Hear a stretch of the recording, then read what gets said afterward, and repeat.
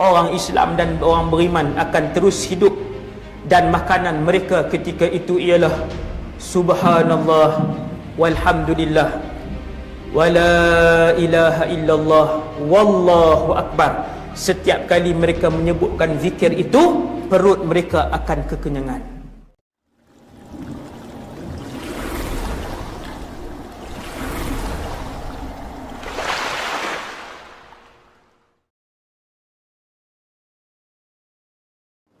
Nabi kata kalian tidak akan mendapati sekeping pun roti pada zaman itu. Tak lama tempoh dia tuan-tuan, lebih kurang 400 hari sahaja panjang dia. Apabila tempoh dia lebih kurang 400 hari panjangnya, maka sahabat bertanya, "Ya Rasulullah, siapa yang akan mendapat makanan?" Kata Nabi, ketika mana dia keluar, tidak ada setitis air dan sekeping roti, maka ketika itu di antara sihir yang diizinkan oleh Allah kepada Dajjal ialah dia mampu untuk menumbuhkan tumbuh-tumbuhan dan dia mampu untuk menurunkan hujan. Sihir dia. Tu baru dua tu saya sebut, tu baru dua. Di mana sahaja bahagian langit yang dia tunjuk, maka akan turun hujan mencurah-curah. Bukan hujan palsu tuan, hujan yang hujan.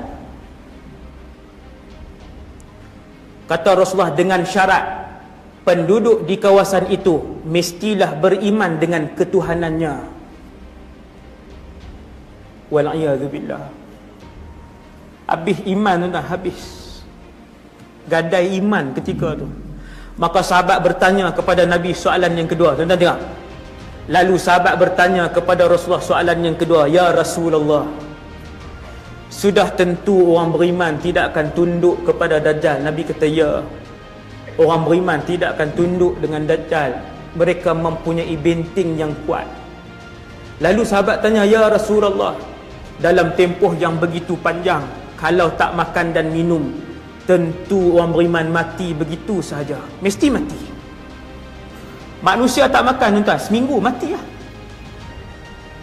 Takkan pada zaman Dajjal keluar, yang kafir, munafik, yang syirik, yang murtad, kesemuanya akan mendapat makanan dan minuman, yang Islam tak akan mati keseluruhannya?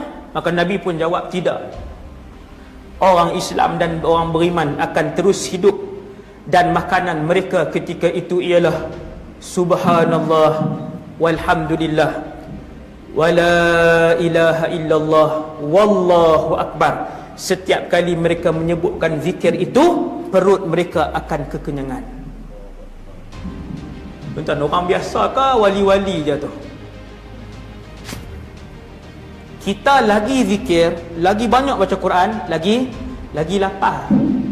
Oh, lagi masuk. Kuliah lagi lama, lagi banyak pinggan tambah. Ceramah lagi panjang.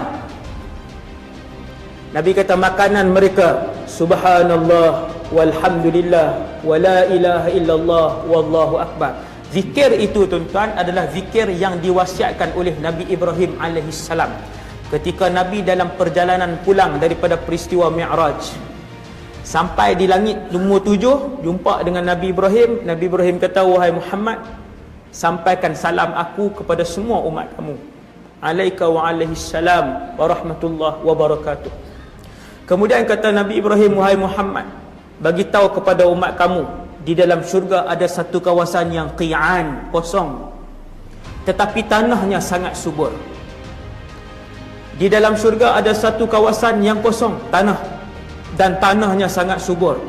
Wahai Muhammad, di kawasan itu akan ditumbuhkan oleh Allah pohon-pohon yang indah.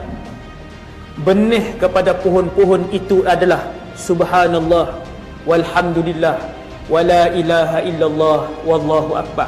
Mana-mana di kalangan umat kamu yang menyebutkan sekali, Allah akan menumbuhkan satu pohon yang indah kepadanya di dalam syurga."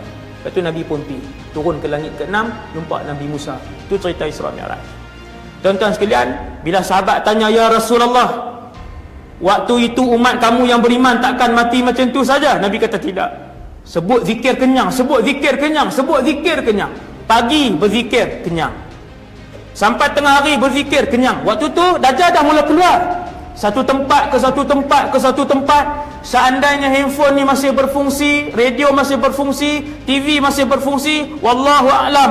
Ada pendapat ulama kata tak berfungsi dah benda tu. Ada pendapat ulama kata tak berfungsi seperti biasa. Sebab tidak ada nafs. Tak tahu. Ulama yang kata benda-benda ni semua takkan berfungsi pun mereka ada dalilnya. Apa dia? Iaitulah satu hadis sahih yang Nabi ceritakan pada zaman Imam Al-Mahdi berlaku peperangan terbesar alam.